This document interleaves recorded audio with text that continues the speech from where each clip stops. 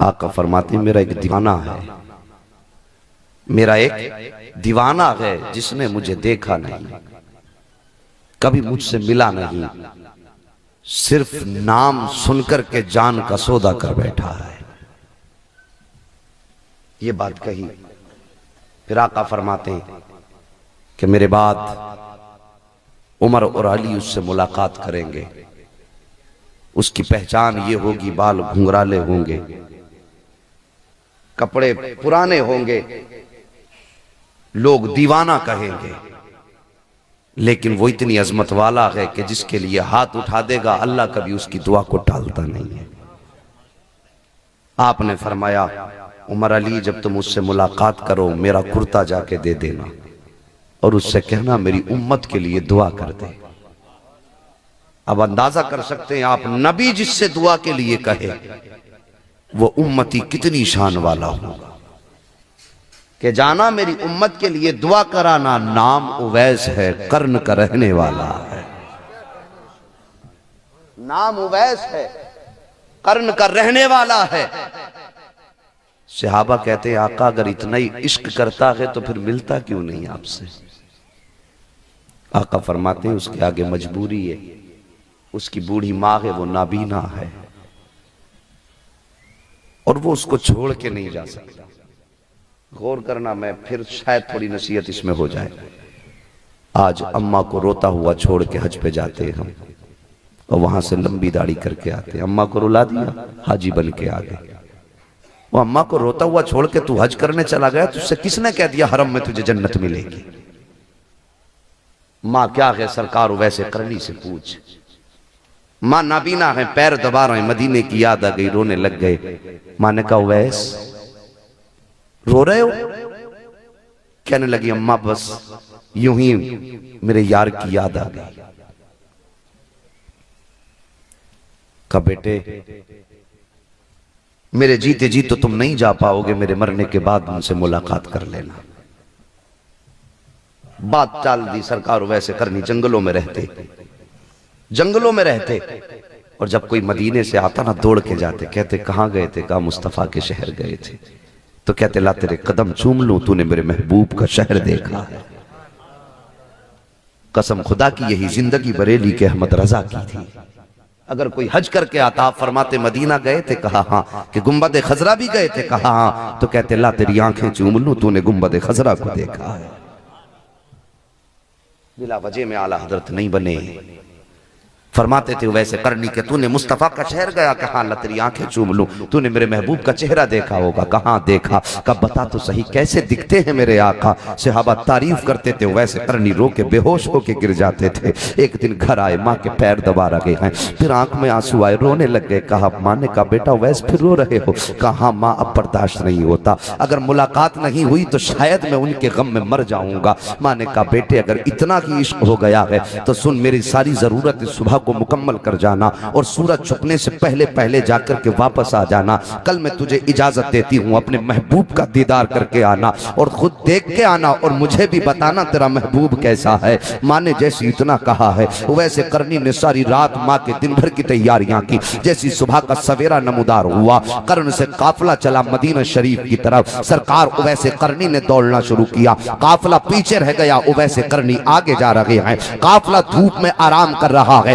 لیکن مصطفیٰ کا اویس کہیں قدم نہیں روک رہا ہے۔ صرف یہ فکر تھی کہیں ایسا نہ ہو مصطفیٰ کو دیکھنے سے پہلے اویس کو موت نہ آ جائے۔ یہ سوچ کر نہ سائے کی فکر کی ہے، نہ تپتے ہوئے صحرا کی فکر کی ہے، نہ دھوپ کی تمازت کی فکر ہے۔ اگر فکر ہے تو مصطفیٰ کے دیدار کی فکر ہے، اگر فکر ہے تو عشق مصطفیٰ کی فکر ہے۔ یہ سوچتے ہوئے دوڑتے چلے جا رہے ہیں۔ قافلہ تو آدھا راستہ طے کر پایا تھا لیکن مصطفیٰ کا اویس مدینہ شریف پہنچ جاتا ہے۔ جیسے مدینہ شریف پہنچے ہیں بچوں نے شور مچانا شروع کر دیا ہے کہ دیکھو آج مصطفیٰ کا عاشق آ رہا ہے، مصطفیٰ کا اویس آ رہا ہے، مصطفیٰ کا دیوانہ آ رہا ہے۔ سرکار اویس قرنی آئے، شہر مدینہ کی خاک اٹھائی ہے، اٹھانے کے بعد چومی، سر پہ ڈالی، بچوں کو سینے سے لگا کے کہنے لگے اے بچوں مبارک ہو، تم اس شہر میں رہتے ہو جس شہر میں میرا محبوب رہتا ہے، تم اس شہر میں سانسیں لیتے ہو جس شہر میں میرا مصطفیٰ جان رحمت سانسیں لیتا ہے۔ کبھی کسی کی پریشانی چوم رہے ہیں، کبھی کسی کے بالوں کو چوم رہے ہیں، کسی کو سینے سے لگا رہے ہیں، روتے جا رہے ہیں اور کہتے جا رہے ہیں کوئی مجھے مصطفیٰ کا پتہ بتا دو، میرا محبوب کہاں رہتا ہے۔ کسی نے آپ کی رہبری کی، ہاتھ پکڑ کے سرکار کے دروازے تک پہنچایا گیا، دروازے پہ دستک دیتے ہیں، پہلے تو سوچ رہے ہیں دروازہ بجاؤں کہ نہ بجاؤں، یہ تو وہ بارگاہ ہے، جبریل آتا ہے تو کنجی نہیں کھٹکھٹاتا ہے بلکہ چھت پھاڑ کے آتا ہے تاکہ مصطفیٰ کی نیند میں خلل نہ پڑ جائے، اگر اٹھاتا ہے تو آواز نہیں دیتا ہے بلکہ اپنی مبارک آنکھوں کو مصطفیٰ کے پاکیزہ تلووں پہ رگڑتا ہے تاکہ مصطفیٰ کی نیند سے آقا بیدار ہو جائیں۔ اگر میں آقا کی بارگاہ میں دستک دوں تو کیسے دوں؟ ابھی سوچ رہے تھے، اتنے میں عشق کہتا ہے اویس دیر نہ کر، کہیں ایسا نہ ہو کہ دروازے پہ روح نکل جائے، مصطفیٰ کا دیدار نہ کر سکے۔ جلدی سے ہاتھ لگایا، دروازے پہ دستک ہوئی، اندر سے آواز آتی ہے من دق الباب، دروازہ کس نے بجایا ہے؟ عرض کرتے ہیں مصطفیٰ کا عاشق آیا ہے، قرن سے دیوانہ آیا ہے۔ اندر سے سیدہ عائشہ صدیقہ فرماتی ہے اویس کیسے آئے ہو؟ کہا مصطفیٰ سے ملاقات کے لیے آیا ہوں، اتنا سننا تھا۔ حضرت عائشہ صدیقہ فرماتی ہیں اے اویس قرنی، جس محبوب سے ملنے کے لیے آئے ہو وہ ابھی ابھی مدینہ شریف سے باہر چلے گئے ہیں، اتنا سننا تھا۔ سرکار اویس قرنی کی چیخ نکل جاتی ہے، رو کے کہتے ہیں امی جان، اے مومنوں کی ماں، اتنا تو بتائیے مصطفیٰ کب تشریف لائیں گے؟ کب بتا کر کے تو نہیں گئے ہیں، لیکن تھوڑی دیر ٹھہر جاؤ، آقا آئیں گے ملاقات کر کے چلے جانا، اتنا سننا تھا۔ اویس قرنی کہتے ہیں کہ اگر آقا نہ سہی تو مصطفیٰ کا وہ بستر دکھا دو جس پہ میرا نبی تشریف رکھتا ہے، وہ جگہ بتا دو جہاں آقا آرام فرماتے ہیں، وہ مکان دکھا دو جس میں مصطفیٰ رہتے ہیں۔ سیدہ عائشہ فرماتی ہیں میں تو پردے کے اندر چلی گئی، سرکار اویس قرنی آئے، کبھی اس دیوار کو چوم رہے ہیں، کبھی اس دیوار کو چوم رہے ہیں،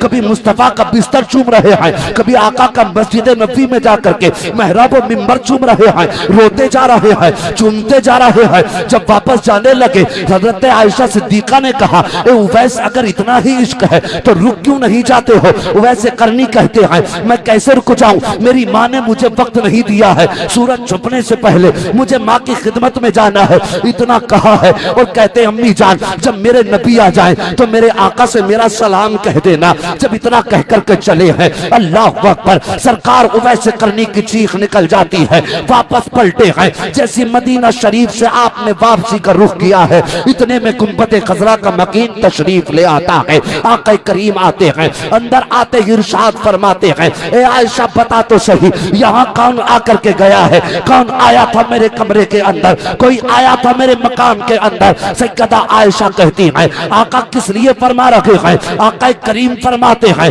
کہ اے عائشہ خوشبو بتا رہی ہے میرا دیوانہ آ کر کے گیا ہے، فضائیں بتا رہی ہیں میرا عاشق آ کر کے گیا ہے، بتا تو صحیح کون آیا تھا؟ حضرت عائشہ کہتی ہیں اے آقا مجھے یہ تو نہیں معلوم وہ تھا کون اور کیسا تھا، مگر اتنا پتا ہے سرکار بڑا دیوانہ تھا آپ کا، جیسی اس نے سنا ہے مصطفیٰ باہر گئے ہیں پھر اس کے آنسو نہیں رکے ہیں، آقا کبھی اس دیوار کو چوم رہا تھا، کبھی آپ کے بستر کو چوم رہا تھا، مصطفیٰ کی آنکھ میں آنسو آ جاتے ہیں، آقا فرماتے ہیں عمر جلدی کر کوئی جا کے میرے اویس کو بلا لائے، کوئی جا کے میرے اویس کو بلا لائے۔ صحابہ دوڑ جاتے ہیں لیکن مدینے کی گلیاں چھان دی جاتی ہیں، کہیں اویس قرنی کا پتہ نہ چلا، آپ واپس دروازے پہ اپنے مکان پہ تشریف لے آتے ہیں۔ جیسی گھر میں تشریف لائے ہیں دروازہ پہ کھٹکے کی آواز ہوئی ہے، ماں پہچان جاتی میرا بیٹا اویس آ گیا ہے، ماں نے کہا آ گیا میرے لال بتا تو صحیح تیرا محبوب کیسا ہے؟ جیسی اتنا سنا ہے سرکار اویس قرنی کی چیخ نکل جاتی ہے، ماں کے قدموں سے لپٹ کے رونے لگ جاتے ہیں، کہتے ماں میں گیا تو تھا مدینے لیکن مصطفیٰ کا دیدار نہ ہو سکا۔ کہا بیٹے کس لیے؟ کہا امی جان جب میں گیا تھا تو آقا گھر پہ نہیں تھے، ماں نے کہا بیٹے تو کچھ رک کے انتظار کر لیتا، بڑے دنوں کی جدائی کے بعد گیا تھا، بڑا عشق ہے تجھے نبی سے، کچھ رک کر کے انتظار کر لیتے۔ سرکار اویس قرنی کہتے ہیں اے امی جان آپ کا حکم تھا کہ سورج چھپنے سے پہلے واپس آنا ہے تو میں آپ کا حکم کیسے ڈالتا؟ اگر محبوب کو مناتا تو آپ ناراض ہو جاتی، اگر آپ کو راضی کرنا ہوا تو محبوب کا دیدار قربان کیا ہے، اتنا سننا تھا۔ ماں نے لال کو سینے سے لگایا اور تسلی دے کے کہتی ہے اے اویس آنسوؤں کو پوچھ لے، سارا زمانہ مدینے والے کا ذکر کرے گا لیکن مدینے والا ساری زندگی اویس تیرا ذکر کرتا رہے گا۔ یہ ہے ماں،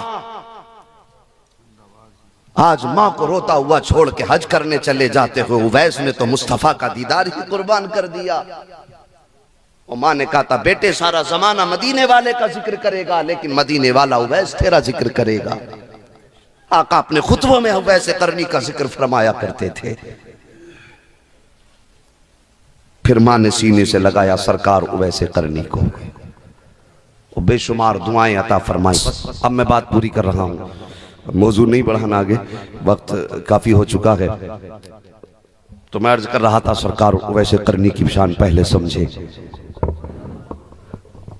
سرکار اویس قرنی رضی اللہ تعالیٰ عنہ ماں کی خدمت میں واپس آ گئے، اور پھر وہ اللہ نے انعام عطا فرمایا سرکار اویس قرنی کو کہ آقا نے اپنا خرقہ مبارک دیا۔ کہا عمر علی تم جاؤ گے ملاقات کرو گے، اس سے کہنا جا کر کے میری امت کے لیے دعا کر دے۔ غور کرنا میری بات پہ، جو میں نے بات کہنے کا ارادہ کیا تھا وہ پوری کر رہا ہوں۔ یہ دونوں حضرات، حضرت عمر اور حضرت علی رضی اللہ تعالیٰ عنہما، سرکار کا خرقہ مبارک لے کر کے آیا آقا کے وصال کے بعد۔ تلاش کرتے کرتے پوچھا کسی سے کہ اویس قرنی کہاں رہتے ہیں؟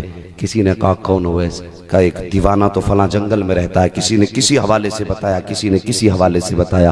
کہا وہ اونٹ چراتا رہتا ہے۔ جب جا کے دیکھا تو آپ اللہ کی عبادت میں مصروف تھے، اور جا کے ملاقات کی، اور واقعہ تو بڑا تفصیل سے بہت بڑی بات ہے، لیکن مختصر سے انداز میں جا کے دعا سلام کیا، اور اس کے بعد کہا لو اویس، یہ مصطفیٰ جان رحمت نے آپ کو اپنا خرقہ مبارک عطا فرمایا ہے، اور ایک پیغام دیا ہے۔ کہا کون سا پیغام؟ کہا میرے اویس سے کہنا میری امت کے لیے دعائے مغفرت کر دے۔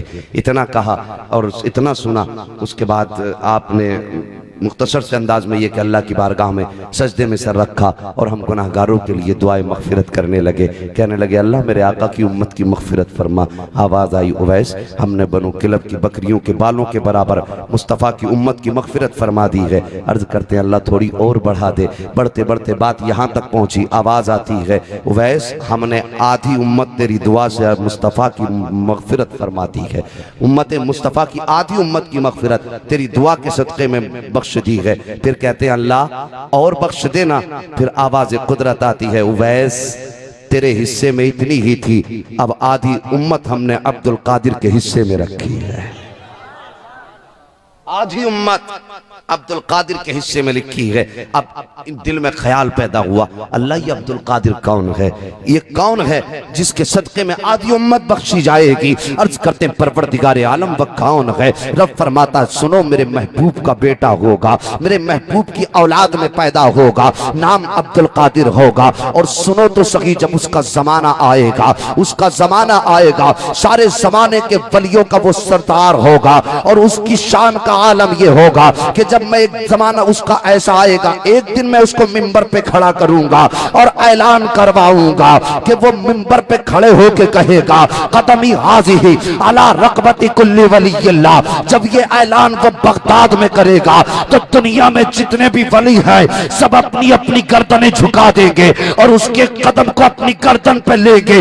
اتنا سننا تھا سرکار اویس قرنی کہتے ہیں اے پروردگار عالم اس کا زمانہ جب آئے گا وہ جب کہے گا تب کہے گا تو گواہ ہو جا، اس کا اعلان بعد میں ہوگا۔ ویسے قرنی اپنی گردن کو پہلے جھکا دے رہا۔ سرکار ویسے قرنی نے اپنی گردن جھکا دی سرکار غوث پاک کا قدم رکھنے کے لیے۔ اب ذرا سوچو تو صحیح اتنی شان والا اللہ، اس کی شان کیا ہے؟ رب فرماتا ہے سن اس کی شان یہ ہوگی جو رتبہ نبیوں میں میں نے اپنے حبیب کو دیا ہے وہی رتبہ میں نے ولیوں میں اپنے عبد القادر کو دیا ہے۔ جس طرح نبیوں میں میرے محبوب کا جواب نہیں ہے اسی طرح ولیوں میں عبد القادر کا جواب نہیں ہے۔ تو اب اندازہ لگا سکتے ہیں اتنی شان والا، اور گردن جھکا دیتا اعلان سے پہلے کہ جب اس کا زمانہ ہوگا اللہ وہ تب اعلان کرے گا گواہ ہو جا، اس کے لیے آج گردن جھکا رہا ہوں۔ اللہ نے فرمایا عبد القادر کی دعا سے امت بخشی جائے۔